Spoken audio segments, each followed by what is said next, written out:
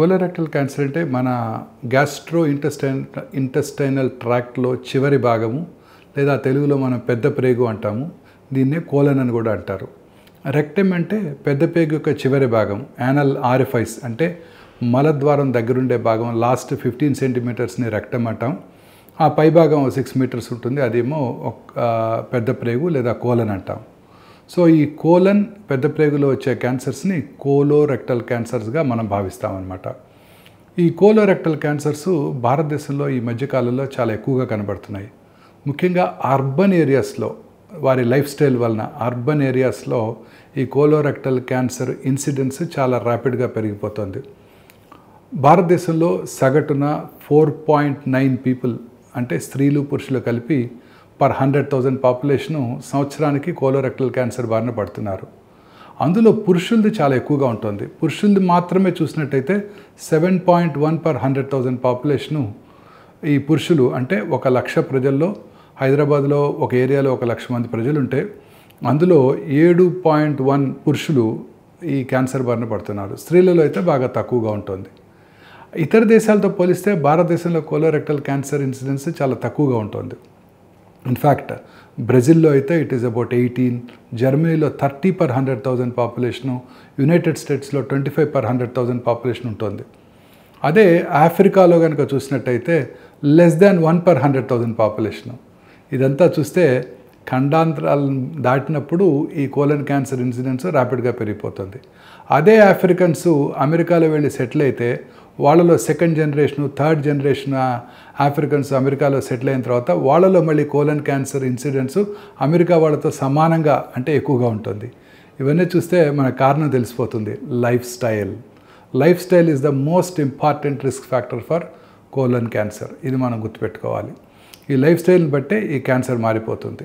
So ఈ colon cancer రావడానికి గల రిస్క్ ఫ్యాక్టర్స్ ఏంటంటే ఈ లైఫ్ స్టైల్లో ముఖ్యమైనది డైట్.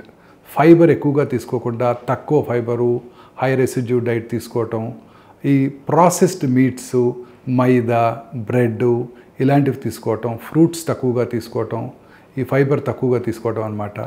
ఈ ప్రాసెస్డ్ మీట్స్తో పాటు షుగరీ ఐటమ్స్ ఎక్కువగా తీసుకునే వాళ్ళలోనూ, అలాగే high fatty diet, unsaturated fat కాకుండా సాచురేటెడ్ ఫ్యాట్స్, ముఖ్యంగా ఈ పిజ్జాలు, బర్గర్లు, ప్రాసెస్డ్ మీట్స్, రెడ్ మీట్ ఎక్కువగా తీసుకునే వాళ్ళలోనూ ఈ క్యాన్సర్ ఎక్కువగా కనబడుతుంది. అలాగే స్మోకింగ్ చేసే వాళ్ళలోనూ, ఆల్కహాల్ ఎక్కువగా తాగే వాళ్ళలో కూడా ఈ క్యాన్సర్ ఎక్కువగా కనబడుతుంది. సో ఇవన్నీ కూడాను ఈ కోలన్ క్యాన్సర్ రిస్క్ ఫ్యాక్టర్స్. ఎక్కువ ఎక్సర్సైజ్ చేయకుండా ఎప్పుడు సిట్టింగ్ జాబ్లో, అంటే మోస్ట్ ఆఫ్టెన్ ఈ సాఫ్ట్వేర్ ప్రొఫెషనల్స్ కూర్చొని కంప్యూటర్ ముందు చాలాసేపు గంటలు వాళ్ళు కూర్చొని వాళ్ళ జీవితాంతం ఆ గంటల కంప్యూటర్ ముందు కూర్చోవడంతోనే సరిపోతుంది. చాలామంది మేనేజరియల్ పొజిషన్స్లో ఉన్న వాళ్ళు, హై సోషియో ఎకనామిక్ స్టాటస్ చెందిన వాళ్ళు కూర్చొని పనిచేసుకునే వాళ్ళలో ఈ కోలన్ క్యాన్సర్ చాలా ఎక్కువగా కనబడుతుంది. దాన్నే ఈ మధ్య కొత్తగా క్యాచీ వర్డ్ వచ్చింది, సిట్టింగ్ ఈజ్ స్మోకింగ్. అంటే కూర్చోవటం is as bad as smoking. Movement is medicine. అంటే ఎక్కువగా ఎక్సర్సైజ్ చేసేవాళ్ళు, రెగ్యులర్గా మూవ్ అయ్యేవాళ్ళు, రెగ్యులర్గా వాకింగ్ చేస్తూ పని చేసుకునేవాళ్ళు, కష్టపడి పని చేసుకునేవాళ్ళు, అంటే డాక్టర్ లాగా అనమాట. కష్టపడి పని చేస్తుంటాం కదా మేము. వీళ్ళలో ఈ కోలన్ క్యాన్సర్ వచ్చే అవకాశాలు తక్కువగా ఉంటాయి. So movement is medicine, sitting is smoking. So smoke చేసే వాళ్ళలో క్యాన్సర్ ఎక్కువగా చూస్తుంటాం. అలాగే ఆల్కహాల్ తాగే వాళ్ళలో కూడా ఈ క్యాన్సర్ ఎక్కువగా కనబడుతుంది. సో ఆల్కహాల్ కనుక రిస్ట్రిక్ట్ చేసినట్టయితే ఈ క్యాన్సర్ బారిన పడకుండా ఉండటానికి అవకాశం ఉంటుంది. ఈ స్మోకింగ్, ఆల్కహాల్ రెండూ తీసుకునే వాళ్ళలో ఈ రిస్క్ చాలా ఎక్కువగా ఉంటుంది. అలాగే కొన్ని రకాల సిండ్రోమ్స్ ఉంటాయి, అంటే ఫెమిలియల్గా వచ్చేవి. ఫెమిలియల్ ఎడినోమాటస్ పాలిపోసిస్ కోలి, అలాగే లించ్ సిండ్రోమ్ అని ఇంకోటి ఉంది, ఫెమిలియల్ నాన్ ఎడినోమాటోసిస్ పాలిపోసిస్ కోలి, అలాగే గార్ట్నర్ సిండ్రోము, అలాగే కొన్ని రకాల జెనెటిక్ మ్యుటేషన్ వాళ్ళలో పోల్ మ్యుటేషను, పోల్ D1 మ్యుటేషను, వీళ్ళలో కూడా ఈ కోలన్ క్యాన్సర్ ఎక్కువగా కనబడుతుంది. అంటే ఈ జెనెటిక్ మ్యుటేషన్ వాళ్ళలో ఈ కోలన్ క్యాన్సర్ ఎక్కువగా కనబడుతుంది. అలాగే some sort of polyp disorders ఉన్నవాళ్ళు, అంటే కొంతమందికి పాలిప్స్ ఉంటాయి. అంటే పాలిప్ అంటే ఒక బుడిపె, కొలోనిక్ మ్యూకోజా మీద చిన్న బుడిపెలు ఉంటాయి. ఆ బుడిపెలు ఉన్న వాళ్ళలో ఈ క్యాన్సర్ వచ్చే అవకాశాలు ఎక్కువగా ఉంటాయి. అంటే పాలిప్ డిసీజ్ ఆల్రెడీ ఉన్నట్టయితే వాళ్ళలో ఈ క్యాన్సర్స్ ఎక్కువగా వచ్చే అవకాశాలు ఉంటాయి. అలే కాకుండా inflammation or inflammatory bowel disorders అంటారు. అల్సరేటివ్ కోలైటిస్, క్రాన్స్ డిసీజ్, ఇలాంటి ఇన్ఫ్లమేటరీ బవల్ డిసీజెస్ ఉన్న వాళ్ళలో కూడా కోలన్ క్యాన్సర్ వచ్చే అవకాశాలు ఎక్కువగా ఉంటాయి. సో ఈ కోలన్ క్యాన్సర్ని ఈ కారణాలన్నింటినీ మనం అనలైజ్ చేసినట్టయితే చాలా వరకు ఇవి ప్రివెంటబుల్ కాజెస్. అంటే కోలన్ క్యాన్సర్ని మనం ప్రివెంట్ చేసుకోవచ్చు. దురలవాట్లకు దూరంగా ఉంటూ ఆల్కహాల్కి అలాగే సిగరెట్ స్మోకింగ్కి రెగ్యులర్గా ఫ్రెష్ ఫ్రూట్స్ వెజిటబుల్స్ ఎక్కువగా తీసుకుంటూ, అంటే వెగీస్ ఎక్కువగా తీసుకుంటూ, ప్లాంట్ బేస్డ్ ప్రోటీన్స్ ఎక్కువగా తీసుకుంటూ, ఈ రెడ్ మీట్ ప్రిఫరబుల్లీ పూర్తిగా మానివేయడంతో ద్వారా ఈ క్యాన్సర్ రాకుండా చేసుకోవచ్చు. గ్రీన్స్ ఎక్కువగా తీసుకోవాలన్నమాట. అలాగే డైరీ ప్రొడక్ట్స్ కూడా తగ్గించుకోవాల్సి ఉంటుంది. వీటిని తగ్గించి ప్లాంట్ బేస్డ్ ప్రోటీన్స్ కనుక ఎక్కువ తీసుకున్నట్టయితే క్యాన్సర్ రాకుండా చేసుకోవచ్చు. రెగ్యులర్గా ఎక్సర్సైజ్ చేస్తూ వాటర్ ఎక్కువగా తాగే వాళ్ళలో కూడా రోజుకి minimum 5 to 6 large glass of water తీసుకునే వాళ్ళలో కోలన్ క్యాన్సర్ వచ్చే అవకాశాలు తక్కువగా ఉంటాయి. ఫైబర్ ఎక్కువగా తీసుకునే వాళ్ళలో కోలన్ క్యాన్సర్ తక్కువగా వచ్చే అవకాశాలు ఉంటాయి. దీనికి ఒక ఇంట్రెస్టింగ్ హైపోథసిస్ ఉంది. ఫైబర్ ఎక్కువగా తీసుకుంటే రోజు హ్యాపీగా రోజు ఒకసారి మోషన్ అయిపోతుంది. ఆ కోలన్లో ఉన్నదంతా కూడా మనం ఎంటీ చేసేస్తాం. ఎంటీ చేయకుండా కాన్స్టిపేషన్ ఉందనుకోండి, ఎక్కువ ఫైబర్ తీసుకునే వాళ్ళు రోజు, ఇప్పుడు మనమంటే ఇండియాలో రోజు ఒకసారి మోషన్ పాస్ చేస్తాం. అబ్రాడ్లో చాలామంది వారానికి 2 సార్లే మోషన్ పాస్ చేస్తారు, ఎందుకంటే వాళ్ళు తీసుకునే డైట్ అలా ఉంటుంది. సో వాళ్ళలో ఆ టాక్సిన్స్ పెద్ద పేగులోనే ఉండిపోయి ఆ కోలోనిక్ మ్యూకోజా మీద క్యాన్సర్ కలగజేస్తుందని ఒక హైపోథసిస్ ఉందన్నమాట. సో వాటర్ ఎక్కువగా తీసుకుంటూ, ఫైబర్ ఎక్కువగా తీసుకుంటూ, రోజు కాన్స్టిపేషన్ లేకుండా రోజు ఒకసారి చక్కగా మోషన్ కనుక పాస్ చేసినట్టయితే కోలన్ క్యాన్సర్ రాకుండా చూసుకోవచ్చు. అలాగే కొన్ని రకాల మెడిసిన్స్, అదే మనము కరోనరీ ఆర్టరీ డిసీజ్ రాకుండా ఆస్పిరిన్ అనే మెడిసిన్ వాడుతుంటాము. అలాగే సెలికాక్సిబ్, హై రిస్క్ గ్రూప్స్ ఉన్న వాళ్ళలో ఈ 2 మెడిసిన్స్ కనుక తీసుకుని, ఈ రెండిట్లో ఏదో ఒకటి కనుక తీసుకున్నట్టయితే క్యాన్సర్ రాకుండా చేసుకోవచ్చు. అలాగే రెగ్యులర్గా ఎక్సర్సైజ్ చేయడం ద్వారా కూడా మనం క్యాన్సర్ రాకుండా చేసుకోవచ్చు. To an extent vitamin D deficiency ఉన్న వాళ్ళలో కోలన్ క్యాన్సర్ వచ్చే అవకాశాలు ఎక్కువగా ఉంటాయి. సో అందుకే రెగ్యులర్గా సన్లైట్కి ఎక్స్పోజ్ అవుతూ, అవసరమైనప్పుడు విటమిన్ డి సప్లిమెంట్స్ తీసుకుంటూ, విటమిన్ డి కాన్సన్ట్రేషన్ కనుక మన బ్లడ్లో ఎక్కువ మామూలుగా మెయింటైన్ చేసినట్టయితే క్యాన్సర్ వచ్చే అవకాశాలు కూడా తక్కువగా ఉంటాయి. So moral of the story ఏంటంటే రెగ్యులర్గా ఎక్సర్సైజ్ చేయటం, సన్లైట్కి ఎక్స్పోజ్ అవటం, ఫ్రెష్ ఫ్రూట్స్ గ్రీన్స్ ఎక్కువగా తీసుకుంటూ, ప్రాసెస్డ్ మీట్స్ అన్ని తక్కువగా తీసుకుంటూ, రెడ్ మీట్స్ని పూర్తిగా అవాయిడ్ చేస్తూ, జంక్ ఫుడ్స్ ఏమీ తీసుకోకుండా మన ట్రెడిషనల్ ఇండియన్ ఫుడ్ కనుక తీసుకున్నట్టయితే, అలాగే దురలవాట్లకు దూరంగా ఉన్నట్టయితే ఈ కోలన్ క్యాన్సర్ నుంచి కూడా మనం దూరంగా ఉండవచ్చు. కోలన్లో ముఖ్యంగా రైట్ సైడ్ కోలన్ క్యాన్సర్ లక్షణాలు, లెఫ్ట్ సైడ్ కోలన్ క్యాన్సర్ లక్షణాలు, రెక్టల్ క్యాన్సర్ లక్షణాలు కొంచెం వేరువేరుగా ఉంటాయి. రైట్ సైడ్ కోలన్ అంటే అసెండింగ్ కోలన్ అంటాం, కుడి పక్కన ఉంటుంది. ఈ colon cancer is a silent killer. కారణం ఏంటంటే అక్కడ అల్సరేటెడ్ గ్రోత్స్ వస్తాయి, అక్కడ కోలన్ చాలా వాల్యూమినస్గా ఉంటుంది, ఆ ఫీకల్ మ్యాటర్ కూడా అక్కడ లిక్విడీగా ఉంటుంది, అందువల్ల అడ్డం పడదు. అడ్డం పడినప్పుడు మనకేమి సిమ్టమ్స్ రావు. సైలెంట్ కిల్లర్ సీకల్ గ్రోత్, అక్కడ గ్రోత్ ఉంటుంది, మనకేమీ తెలియదు. ఒకవేళ అల్సర్ నుంచి ఏమైనా బ్లడ్ వచ్చినా మోషన్లో కలిసిపోయి మనకు కనబడదు. సో చాలాసార్లు జస్ట్ సింపుల్ ఎనీమియా అంటే రక్తహీనతతో మేనిఫెస్ట్ చేస్తారు. రక్తలేమి ఉన్నప్పుడు సిమ్టమ్స్ ఏంటుంటాయి? జనరల్గా కొంచెం నడవగానే ఆయాసం వస్తుంది. 50 ఏళ్ల తర్వాత ఇది కామన్గా పురుషులు ఎక్కువ కనబడుతూ ఉంటుంది. సో 50 ఏళ్ల తర్వాత ఏ పురుషుడికైనా ఆయాసం వస్తే ఫస్ట్ కార్డియాలజిస్ట్ దగ్గరికి వెళ్తారు. కార్డియాలజిస్ట్ ఒక యాంజియోగ్రామ్ చేసి 2 స్టెంట్లు కూడా వేస్తారు. ఆ తర్వాత కానీ వీళ్ళు రియలైజ్ అవ్వరు వాళ్ళ కోలన్ క్యాన్సర్ ఉందని. సో సైలెంట్ కిల్లర్, లివర్కో లంగ్స్కో పాకినాక చాలాసార్లు తెలుస్తూ ఉంటుంది. అందుకే నడి వయసులో ఎవరికైనా పురుషుల్లో ఎస్పెషల్లీ రక్తలేమి రక్తహీనత ఉన్నట్టయితే ఫస్ట్ సౌత్ ఇండియాలో అయితే అప్పర్ జీ ఎండోస్కోపీ, ఎందుకంటే carcinoma stomach is more commoner in south India. Upper G endoscopy అది కూడా ఎనిమియాతో మేనిఫెస్ట్ చేస్తుంది. అండ్ అప్పర్ జీ ఎండోస్కోపీ నార్మల్గా ఉన్నట్టయితే కొలనోస్కోపీ చేయించుకోవాల్సి ఉంటుంది. తద్వారా ఈ క్యాన్సర్ని మనం ముందుగా పసిగట్టవచ్చు. సో ఇది వెరీ ఇంపార్టెంట్. ఆ rest of the colon and left colon క్యాన్సర్స్లో జనరల్గా అండ్ రెక్టల్ క్యాన్సర్లో మోషన్లో బ్లడ్ పట్టడం వెరీ ఇంపార్టెంట్ వార్నింగ్ సిగ్నల్. చాలామంది ఈ సింపుల్ సిమ్టమ్ని అశ్రద్ధ చేస్తారు. లాస్ట్ ఇయర్ కూడా ఇలానే ఉంది. అప్పుడు వెళ్ళి పరీక్ష చేయించుకున్నాను, పైల్స్ ఉన్నాయి, పైల్స్ వల్ల వచ్చిందిలే అనుకొని చాలామంది అశ్రద్ధ చేస్తుంటారు. ఈ మోషన్లో బ్లడ్ పట్టడం అనేది వెరీ ఇంపార్టెంట్ సిమ్టమ్. అసలు బ్లడ్ మోషన్లోనే కాదండి, ఎక్కడ పడినా, యూరిన్లోంచి బ్లడ్ వచ్చినా, నిప్పుల్ డిశ్చార్జ్ నుంచి బ్లడ్ వచ్చినా, స్ప్యూటంలో బ్లడ్ వచ్చినా, ఇంటర్మెన్స్ట్రల్ పీరియడ్స్ కాని టైంలో బ్లడ్ వచ్చినా, మెనోపాజ్ వచ్చిన తర్వాత బ్లడ్ వచ్చినా, వెజనల్ బ్లీడింగ్ అయినా కూడా వెరీ ఇంపార్టెంట్ వార్నింగ్ సిగ్నల్. ఎప్పుడూ అశ్రద్ధ చేయకుండా దగ్గరలో ఉన్న ఆంకాలజిస్ట్ దగ్గరికి వెళ్ళి పరీక్ష చేయించుకోవడం చాలా ఇంపార్టెంట్. సో అలాగే మోషన్లో బ్లడ్ ఎప్పుడు కూడా అశ్రద్ధ చేయకూడదు. లాస్ట్ ఇయర్ పైల్స్ ఉండొచ్చు, ఇప్పుడు క్యాన్సర్ ఉండొచ్చు. ఇప్పుడు క్యాన్సర్ ఉండవచ్చు, పైల్స్ ఉండవచ్చు. వెళ్ళి డాక్టర్ దగ్గర పరీక్ష చేయించుకొని పైల్స్ ఉన్నాయి, పైల్స్కి వైద్యం చేయించుకున్నాం. పైల్స్కి వైద్యం చేయించుకున్న తర్వాత ఇంకా బ్లీడింగ్ అవుతుంటే పైన క్యాన్సర్ కూడా ఉండొచ్చు. సిగ్మాడోస్కోపీ లేదా కొలనోస్కోపీ చేసుకొని డయాగ్నోస్ చేసుకోవాలి. అలాగే worsening constipation, alternating constipation and diarrhoea, అంటే మోషన్స్ అవటం కొన్నిసార్లు, అలాగే కొంతసేపు కొన్ని రోజులు కాన్స్టిపేషన్ ఉండటం, మోషన్లో బ్లడ్తో పాటు బంకలాగా గమ్లాగా పట్టడం, వాటరీ డిశ్చార్జ్ రావటం, తర్వాత decreased calibre of the motion, అంటే మోషన్ ఒక మన యానస్ యొక్క ఆరిఫైస్ని బట్టి ఒక 1.5 సెంటీమీటర్ థిక్నెస్ మోషన్ బయటకు వస్తుంది.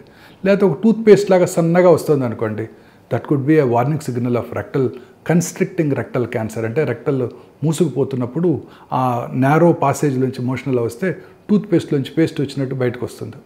So that is a very important warning signal. అలాగే ఫీలింగ్ ఆఫ్ ఇన్కంప్లీట్ ఎవాక్యుయేషన్, అంటే నార్మల్గా మనం మోషన్ పాస్ చేశాక ఒక చక్కటి ఫీలింగ్ ఉంటుంది, ఎస్ వీ హ్యావ్ ఎంప్టీడ్. లేకపోతే సగమే ఎంప్టీ చేసామనుకోండి, ఆ ఫీలింగ్ రాదు, ఇంకా వెళ్ళాలి లేకపోతే మళ్ళొకసారి వెళ్ళాలి అన్నది అలా మన మనసులో ఉండిపోతుంది. అదే కాకుండా ఫీలింగ్ ఆఫ్ ఇన్కంప్లీట్ ఎవాక్యుయేషన్, అంటే కొంచెం మోషన్ పాస్ చేసిన, మోషన్ పూర్తిగా పాస్ చేసిన తర్వాత కూడా ఇంకా కూడా మోషన్ లోపలే ఉన్నట్టుంది, అంటే అక్కడ ట్యూమర్ ఉందన్నమాట. మన brain perceives this as a motion, tumour అని తెలియదు కదా బ్రెయిన్కి. సో అందువల్ల అలాంటి సిమ్టమ్ ఉన్నా కూడా very early warning signal of rectal cancer. Two things madam, diagnosis and prevention. ఈ prevention of cancer and diagnosis are very very important as you said. ఇక్కడ ఫస్ట్ ప్రివెన్షన్ గురించి కనుక చూసినట్టయితే ఈ లైఫ్ స్టైల్ చేంజెస్తో పాటు స్క్రీనింగ్ టెస్ట్లు కూడా అందుబాటులో ఉన్నాయి. ఈ స్క్రీనింగ్ టెస్ట్లు అంటే క్యాన్సర్ రావటాన్ని ముందుగా పసిగట్టడం. క్యాన్సర్ని ముందుగా పసిగట్టినట్టయితే 60% ఆఫ్ ద కోలన్ క్యాన్సర్ మార్టాలిటీని మనం పూర్తిగా తగ్గించడానికి అవకాశం ఉంది. సో స్క్రీనింగ్ అంటే ముందుగా 3 రకాల టెస్టులు అందుబాటులో ఉన్నాయి. ఒకటి ఫీకల్ అక్కల్ట్ బ్లడ్ టెస్టింగ్, రెండోది సిగ్మాయిడోస్కోపీ బార్ colonoscopy.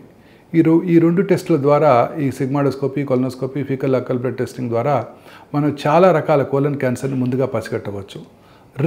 Risky individual, average risk or high risk individuals 45 years నుంచే ఈ కోలన్ స్క్రీనింగ్ ప్రోగ్రాంలో జాయిన్ అవడం ద్వారా క్యాన్సర్ అవటాన్ని ముందుగా పట్టుకోవచ్చు.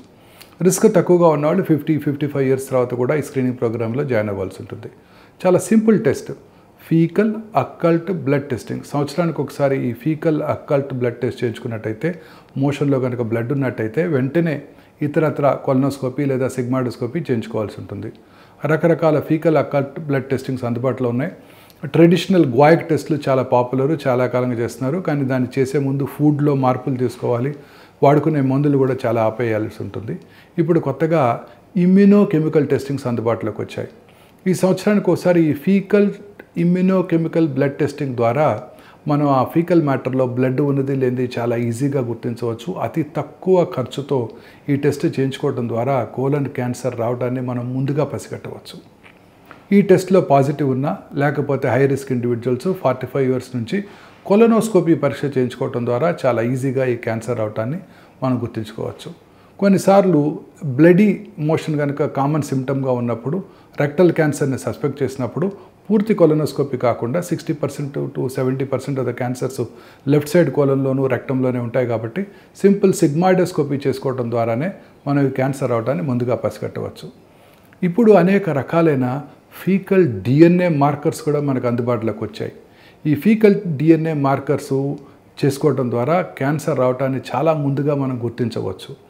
ఇప్పుడు ఇదే కాకుండా బ్లడ్తోనూ సెలైవాతోనూ కూడా టెస్టులు చేసుకొని జెనెటిక్ టెస్టింగ్ చేయించుకొని ఆ క్యాన్సర్ నెక్స్ట్ 1 to 2 ఇయర్స్లో క్యాన్సర్ వచ్చే అవకాశం ఉందో లేదో ముందుగానే చెప్పే అవకాశం ఉంది. అంటే సెలైవా, సింపుల్ సెలైవా, ఒక చిన్న స్పిట్ ఇంటూ పెట్రీ డిష్ మనము ఈ క్యాన్సర్ రావడాన్ని ముందుగా పసిగట్టవచ్చు. 1 to 2 ఇయర్స్ ముందే పసిగట్టవచ్చు. సో ఈ టెస్టుల ద్వారా క్యాన్సర్ని మనం స్క్రీనింగ్ చేసుకోవటం ద్వారా క్యాన్సర్ రావటాన్ని ముందుగా పసిగట్టి క్యాన్సర్ నుంచి, కోలన్ క్యాన్సర్ నుంచి, మోర్టాలిటీ నుంచి పూర్తిగా అధిగమించి క్యూర్ అవడానికి ఎక్కువ అవకాశాలు ఉంటాయి. ఒకసారి మనం కోలన్ క్యాన్సర్ని సస్పెక్ట్ చేసినప్పుడు diagnosis is again by colonoscopy. Colonoscopy చేసుకోవటం ద్వారా కొలనోస్కోపీ అలాగే బయాప్సీ చేసి కోలన్లో పాలిప్స్ ఉన్నాయా, ట్యూమర్ ఉందా, ఎక్కడుంది ట్యూమరు, రైట్ కోలన్లో ఉందా, లెఫ్ట్ కోలన్లో ఉందా, అంతా కూడా బ్లాకింగ్ కన్స్ట్రిక్టింగ్ గ్రోత్ అంటే బ్లాక్ చేస్తుందా లేదా మొత్తం ఇన్ఫర్మేషన్ వచ్చేస్తుంది. అదే టైంలో చిన్న బయాప్సీ చేయడం ద్వారా అది ఏ రకమైన క్యాన్సరో కూడా ఖచ్చితంగా తెలుసుకోవచ్చు మనం. ఆ తర్వాత స్టేజింగ్ టెస్ట్లు very important. Staging colon cancer స్టేజింగ్కి digital PET scan, PET CT scan అంటారు. పెట్ స్కాన్ అంటే positron emission tomography. Positron emission tomography టెస్ట్లో FDG fluoro deoxy glucose inject చేయడం ద్వారా క్యాన్సర్ దగ్గర ఈ గ్లూకోజ్ ఎక్కువ టేకప్ చేయబడి మనకి సిటీ స్కాన్, పెట్ స్కాన్ ఫిలిమ్స్లో లైట్ అప్ అవుతాయి. సో ఇప్పుడు కొత్తగా ఆర్టిఫిషియల్ ఇంటెలిజెన్స్, కృత్రిమ మేధస్తో పనిచేసే డిజిటల్ పెట్ సిటీ స్కాన్లు ఇప్పుడు మనకి హైదరాబాద్లో అందుబాటులోకి వచ్చాయి.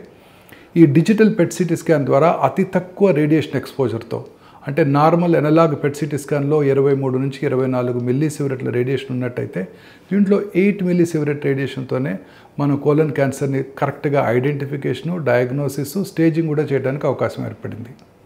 ఇక రెక్టల్ క్యాన్సర్, రెక్టమ్ అంటే కోలన్లో ఉండే చివరి పార్ట్, మలద్వారం పై భాగాన ఉండే 15 సెంటీమీటర్లని రెక్టమ్ అండ్ యానల్ కెనాల్ అంటాం. ఈ రెక్టమ్ అండ్ యానల్ కెనాల్ క్యాన్సర్స్కి మనకి MRI ఈజ్ వెరీ యూస్ఫుల్. ఇప్పుడు కొత్తగా కృత్రిమ మేధస్తో పనిచేసే అంటే artificial intelligence powered digital PET MR, అంటే MRIకి పెట్ కూడా తోడైంది. డిజిటల్ పెట్ MR ద్వారా ఈ రెక్టల్ క్యాన్సర్ని మనం చాలా యాక్యురేట్గా స్టేజ్ చేయడానికి అవకాశం ఏర్పడింది. మీరు అన్నట్టు staging is the most important thing. Staging ద్వారానే మనం కంప్లీట్గా ట్రీట్మెంట్ ప్రోటోకాల్ని డిజైన్ చేయడం జరుగుతుంది. క్యాన్సర్ ట్రీట్మెంట్ మీ అందరికీ తెలుసు. Surgical oncologist, medical oncologist, radiation oncologist, nuclear medicine specialist అంటే ఈ పెట్ సిటీ స్కాను, పెట్ MR రీడ్ చేసే డాక్టర్ గారు, అలాగే రేడియాలజిస్టు, పెథాలజిస్టు అందరూ కలిసి కూర్చొని తీసుకోవాల్సిన నిర్ణయం అన్నమాట. ఈ ట్రీట్మెంట్ ప్రోటోకాల్ డిజైన్ చేయడానికి ఈ రెక్టల్ క్యాన్సర్స్లో డిజిటల్ పెట్ MR, కోలన్ క్యాన్సర్స్లో డిజిటల్ పెట్ సిటీ మనకి చాలా ఉపయోగంగా ఉంటాయి. ఆ స్టేజింగ్ చేయటం ద్వారా క్యాన్సర్కి ఫర్దర్ ట్రీట్మెంట్ మనం డిజైన్ చేయడానికి, ప్లాన్ చేయడానికి అవకాశం ఏర్పడుతుంది. Early colon cancer and early rectal క్యాన్సర్లో సర్జరీ చేయడం ద్వారా ఈ క్యాన్సర్ని మనం పూర్తిగా క్యూర్ చేయడానికి అవకాశం ఏర్పడింది. సర్జరీ చేయటం అంటే ట్యూమర్ వచ్చిన భాగాన్ని దూరంగా తీసివేయటం, అది ఎక్కడికైతే పాకటానికి అవకాశం ఉందో లింఫ్ గ్లాండ్స్ని కూడా పూర్తిగా తొలగించివేయడంతోనే ఈ క్యాన్సర్ని మనం పూర్తిగా క్యూర్ చేసుకోవడానికి అవకాశం ఉంది. ఓల్డెన్ డేస్లో పెద్దగా కోత కోసి సర్జరీ చేయడం జరిగేది. ఇప్పుడంతా కూడా కీహోల్ పద్ధతిలో, లాప్రోస్కోపిక్ పద్ధతిలో సర్జరీ చేయడం ద్వారా మనము జస్ట్ 4 to 5 స్మాల్ పోర్ట్స్ అంటే హోల్స్ వేసి హై డెఫినిషన్ ఇమేజ్ 1 కెమెరాస్ని లోపల పెట్టి మనం నేకెడ్ అయితే చూసిన దానికన్నా 15 to 16 టైమ్స్ మ్యాగ్నిఫైడ్ ఇమేజెస్ మనం మన ఆపరేషన్ రూమ్లో స్క్రీన్లో చూస్తూ సర్జరీ చేయడం ద్వారా ట్యూమర్ వచ్చిన భాగము, అది ఎక్కడికైతే పాకటానికి అవకాశం ఉందో లింఫ్ గ్లాండ్స్ అవన్నీ కూడా చాలా క్లారిటీతో స్పష్టంగా కనబడతాయి. అప్పుడు సర్జరీ చేయడం కూడా సులువుగా ఉంటుంది. అండ్ సర్జరీ పూర్తిగా అంటే కంప్లీట్ రాడికల్ సర్జరీ చేయడానికి కూడా అవకాశం ఏర్పడుతుంది. సో అలాగే పోస్ట్ ఆపరేటివ్ రికవరీ కూడా చాలా తక్కువ టైంలోనే రికవర్ అయిపోతారు ఈ మినిమల్లీ ఇన్వేసివ్ పద్ధతిలో సర్జరీ చేసినప్పుడు, లేదా కీహోల్ పద్ధతి అని కూడా అంటుంటాం. సర్జరీ చేసినప్పుడు తొందరగా రికవర్ అవుతారు, తొందరగా వర్క్ వెళ్ళిపోవడానికి అవకాశం ఉంటుంది. అండ్ పోస్ట్ ఆపరేటివ్ కాంప్లికేషన్ కూడా చాలా మినిమైజ్ చేస్తుంటాం. కానీ కొన్నిసార్లు ఎస్పెషల్లీ రెక్టల్ క్యాన్సర్లో ట్యూమర్ కనుక అడ్వాన్స్డ్గా ఉన్నట్టయితే, అంటే మజిల్ అంటే రెక్టల్ వాల్లో మజిల్ లేయర్ని కూడా బ్రీచ్ చేసినట్టయితే ముందుగా రేడియేషను, కీమోథెరపీ ఇచ్చి ట్యూమర్ని డౌన్ సైజ్ చేసి ఆ తర్వాత సర్జరీ చేయడం జరుగుతుంది. దీన్నే యాంటీరియర్ కీమో రేడియేషన్ ప్రోటోకాల్స్ అంటారు. అన్ని రకాల రెక్టల్ క్యాన్సర్స్ కూడా ముందుగా కీమో రేడియేషన్ ఇచ్చి ఆ ట్యూమర్ని తగ్గించి తర్వాత సర్జరీ చేయడం ద్వారా పేషెంట్ యొక్క సర్వైవల్ కూడా బెనిఫిషియల్గా ఉండబోతోంది. సో ఈ chemo radiation followed by surgery చేయడం జరుగుతుంది. చాలాసార్లు లోవర్ రెక్టల్ క్యాన్సర్ అంటే రెక్టమ్ కింది భాగంలో వచ్చినప్పుడు చాలాసార్లు పూర్తిగా రెక్టమ్ని తొలగించి మన పేగుని పర్మనెంట్గా బయట పెట్టాల్సి ఉంటుంది, కొలాస్టమీ అంటుంటారు. ఇప్పుడు ఈ కీమో రేడియేషన్ ద్వారా ట్యూమర్ని డౌన్ సైజ్ చేయడం ద్వారా మనం మళ్ళీ పేగుని లోపలే పెట్టడానికి అంటే న్యాచురల్ ఆరిఫైస్ గుండా మోషన్ రావడానికి ఏర్పాటు చేయవచ్చు. దీనికి అనేక రకాలైన ఎండో స్టేప్లర్స్ కూడా వాడటం జరుగుతుంది. ఎందుకంటే పెల్విస్ నేరగా ఉన్నప్పుడు అక్కడ 2 పేగులు అంటే పెద్ద పేగులు తీసుకొచ్చే రెక్టమ్కి జాయిన్ చేయడం కష్టం కావచ్చు. అది స్టేప్లర్ సహాయంతో దాన్ని మనం సూచర్ చేసినట్టయితే చక్కగా మోషన్ ఎప్పటిలాగానే కింద నుంచి పోవటానికి, పర్మనెంట్గా బయట పెట్టకుండా ఉండటానికి కూడా అవకాశం ఉంటుంది. సో అందుకని రెక్టల్ క్యాన్సర్స్ అన్నిటికీ కూడా అర్లీగా మనం కీమో రేడియేషన్ ఇచ్చి ఆ తర్వాత సర్జరీ చేయడం జరుగుతుంది. ఇక లేట్ స్టేజ్ కోలన్ క్యాన్సర్లో డయాగ్నోస్ చేసినప్పుడు అనేక రకాలైన న్యూవర్ ట్రీట్మెంట్ ఆప్షన్స్ అందుబాటులో ఉన్నాయి. ట్రెడిషనల్ కీమోథెరపీతో 6 to 9 months లైఫ్ ఉన్నట్టయితే న్యూవర్ టార్గెటెడ్ థెరపీస్ కనుక మనం యాడ్ చేసినట్టయితే 30 to 40 months even in stage 4 colon cancer 30 to 40 months అంటే nearly 3 to 4 years life span పెంచడానికి అవకాశం ఏర్పడింది. సో కీమోథెరపీతో పాటు టార్గెటెడ్ థెరపీలు బెవాసిజిమాబ్, సెటుక్సిమాబ్ అనేక రకాలైన న్యూవర్ టార్గెటెడ్ థెరపీలు కూడా అందుబాటులోకి వచ్చాయి. టార్గెటెడ్ థెరపీస్ యొక్క అడ్వాంటేజ్ ఏంటంటే కీమోథెరపీతో పాటు వాటికి మనం కాంబినేషన్లో కనుక ఇచ్చినప్పుడు అవి చాలా ఎఫెక్టివ్గా పనిచేసి లైఫ్ స్పాన్ని సిగ్నిఫికెంట్గా పెంచడానికి అవకాశం ఉంటుంది. అలాగే ఈ టార్గెటెడ్ థెరపీసు ప్రిసైజ్గా ట్యూమర్నే టార్గెట్ చేస్తాయి కాబట్టి సైడ్ ఎఫెక్ట్స్ చాలా తక్కువగా ఉంటాయి. సో అందువలన చాలామంది పేషెంట్స్కి ఇప్పుడు ఎస్పెషల్లీ అడ్వాన్స్డ్ కోలన్ క్యాన్సర్ పేషెంట్స్లోను, రెక్టల్ క్యాన్సర్ పేషెంట్స్లోను కీమోథెరపీతో పాటు టార్గెటెడ్ థెరపీ కూడా ఇవ్వడం జరుగుతుంది. దీంతోపాటు ఇప్పుడు కొత్తగా ఇమ్యూనోథెరపీ కూడా అందుబాటులోకి వచ్చింది. ఇమ్యూనోథెరపీ ద్వారా అసలు ఏమీ సైడ్ ఎఫెక్ట్స్ లేకుండా లైఫ్ స్పాన్ని సిగ్నిఫికెంట్గా పొడిగించడానికి కూడా అవకాశం ఏర్పడింది.